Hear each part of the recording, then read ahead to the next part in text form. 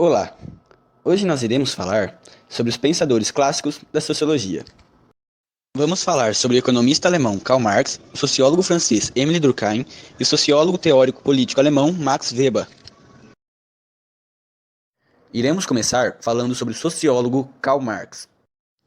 Ele usava o marxismo, que tinha o socialismo científico como base de tudo.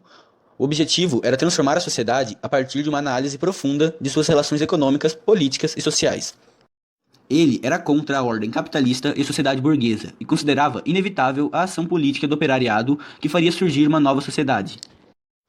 Utilizava também o materialismo dialético, que era uma corrente filosófica que utilizava o conceito de dialética para entender os processos sociais ao longo da história. Considerava o movimento natural da história e não admitia sua maneira estática e definitiva.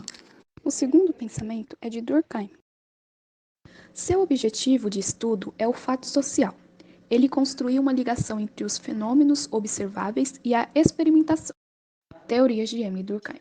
Ao afirmar que os fatos sociais devem ser tratados como coisas, ele coloca o objeto sociológico enquanto objeto científico.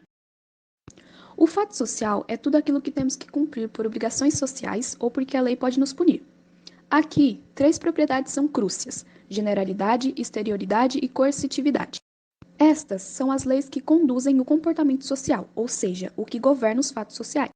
O ser humano não é responsável pelos fatos sociais. Afinal, o que as pessoas sentem, pensam ou fazem não depende totalmente de suas vontades individuais, pois são uma conduta instituída pela sociedade. Sua teoria também ficará conhecida como funcionalista, uma vez que faz uma analogia com as funções do organismo. A existência e a qualidade de diferentes partes da sociedade são decompostas pelos papéis que exercem para manter o meio social balanceado. Durkheim define essa cooperação como a divisão do trabalho social. A divisão do trabalho social para Durkheim está relacionada a outra definição importante, a solidariedade. Esta dependeria do número de especializações existentes na sociedade, se subdividindo de 2 formas: solidariedade mecânica e solidariedade orgânica.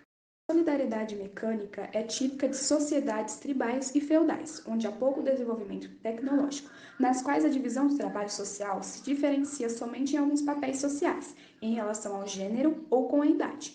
Nessas sociedades, a solidariedade não se dá em função de algumas dependências ligadas ao trabalho, mas sim por causa da tradição, da religião ou de sentimentos em comum.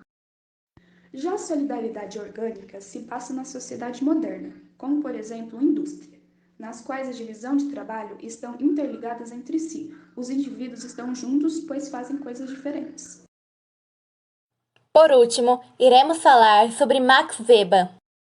O conceito mais importante é a ação social, que deve ser o principal objeto de estudo da sociologia. Weber dividiu a ação social em 4 tipos. A ação racional com relação a fins é determinada pelo cálculo racional previamente definido, objetivo.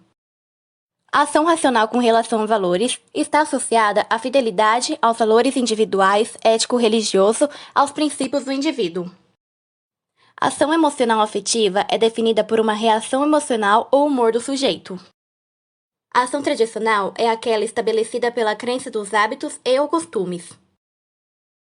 O exemplo que podemos ter é quando uma influencer compra uma bolsa da Gucci. Se ela comprou essa bolsa para ganhar status, é ação racional com relação a valores.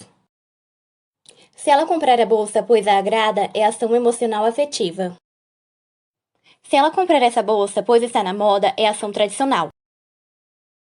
Mas se ela trabalha na empresa da Gucci e ela for obrigada a comprar essa bolsa pois é parte do uniforme de trabalho, é ação racional com relação a fins.